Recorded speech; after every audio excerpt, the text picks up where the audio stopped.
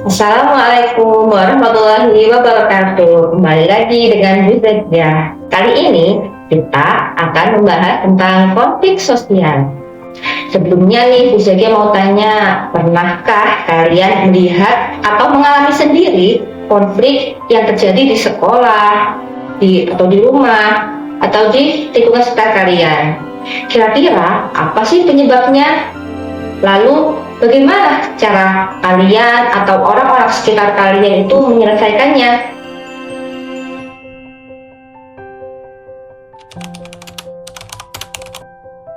Baik, kita masuk ke pengertian konflik sosial. Menurut para ahli, yaitu menurut Sujono Sukanto, konflik adalah suatu proses sosial ketika beberapa orang atau sekelompok manusia berusaha memenuhi tujuannya dengan jalan menentang pihak lawan yang disertai ancaman atau kekerasan. Yang kedua yaitu menurut Robert MZ Lawang, yaitu konflik adalah perjuangan untuk memperoleh status, nilai, kekuasaan, di mana tujuan mereka yang melakukan konflik itu tidak hanya untuk memperoleh kekuasaan atau keuntungan, tetapi juga untuk menundukkan saingannya.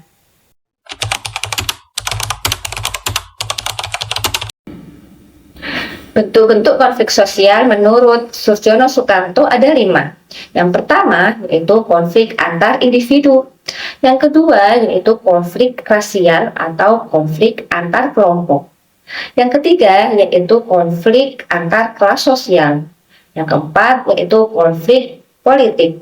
Yang kelima yaitu konflik internasional. Secara individu nih, kalian pernah yang mana?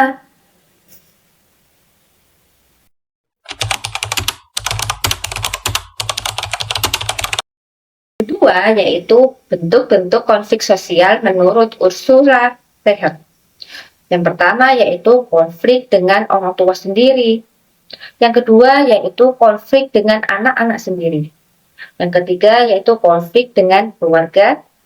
Yang keempat yaitu konflik dengan orang lain. Yang kelima yaitu konflik dengan suami atau istri. Yang keenam yaitu konflik yang ada di sekolah. Yang ketujuh yaitu konflik agama.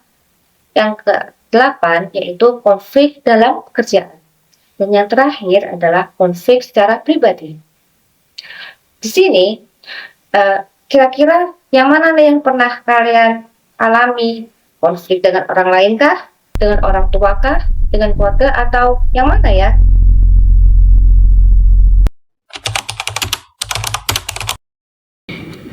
Dalam konflik sosial, pasti berdampak pada diri kita maupun masyarakat. Ada 2 dampak dalam konflik sosial, yaitu dampak negatif maupun dampak positif. Yang dampak negatif, kita dapat memicu kerusakan, memecah belah persatuan, ataupun kerugian materi. Yang positif yaitu kita mempunyai dampak tentang percepatan inovasi, perubahan masyarakat yang baik, ataupun kesadaran masyarakat terhadap lingkungan sekitar.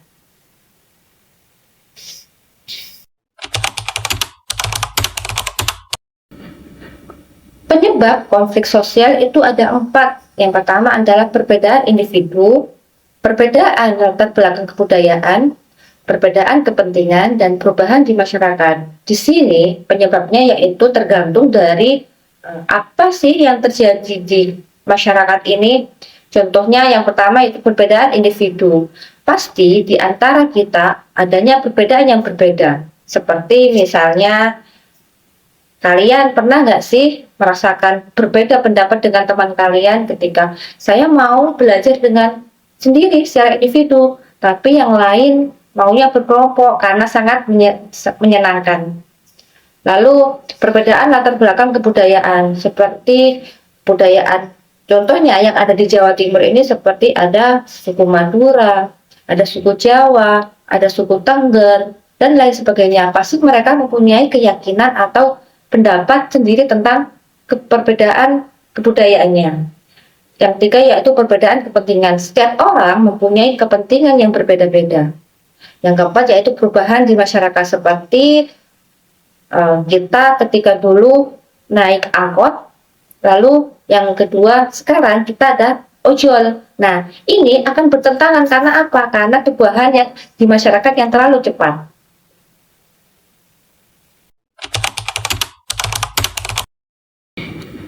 Dalam konflik sosial, pasti berdampak pada diri kita maupun masyarakat.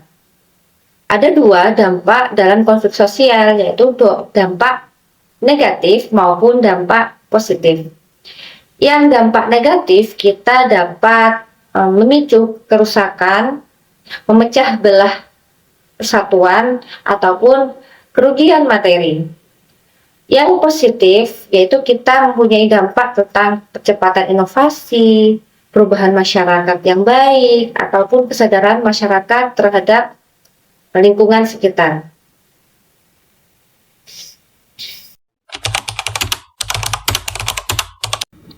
Cara untuk menyelesaikan konflik sosial itu ada banyak. Yang pertama yaitu koersi. Koersi adalah bentuk akomodasi dengan menggunakan ancaman, baik fisik maupun psikologis, agar pihak lain bertindak sesuai dengan yang diharapkan. Yang kedua yaitu kompromi. Kompromi merupakan bentuk penyelesaian konflik dengan adanya upaya masing-masing pihak untuk mengurangi tuntutan. Yang ketiga yaitu mediasi. Mediasi yaitu cara menyelesaikan konflik dengan melibatkan pihak ketiga yang bersifat netral, namun pihak ketiga tersebut tidak dapat menyelesaikan masalah sendiri, namun hanya sebagai penengah saja. Yang keempat yaitu arbitrase. Sama dengan mediasi, namun berbedanya yaitu pihak ketiga mempunyai wewenang atas keputusan untuk mengambil keputusan. Yang keempat yaitu adjudikasi. Adjudikasi adalah cara penyelesaian konflik melalui persidangan di pengadilan. Yang keempat yaitu konsiliasi. Merupakan bentuk penyelesaian konflik dengan adanya upaya mempertemukan pihak-pihak yang berkonflik dengan pihak ketiga. Yang ketujuh yaitu stalemate. Adalah penyelesaian konflik dengan langkah akomodasi yang terjadi karena kedua belah pihak memiliki kekuatan seimbang sehingga pertikaian biasanya berhenti dengan sendirinya. Konflik sosial pasti akan terjadi dalam dinamika kehidupan sosial bermasyarakat. Namun, setiap konflik sosial yang terjadi pada masyarakat, kita berharap dapat menyelesaikannya dengan secara damai. Sekian penjelasan dari saya. Saya akhiri. Wassalamualaikum warahmatullahi wabarakatuh.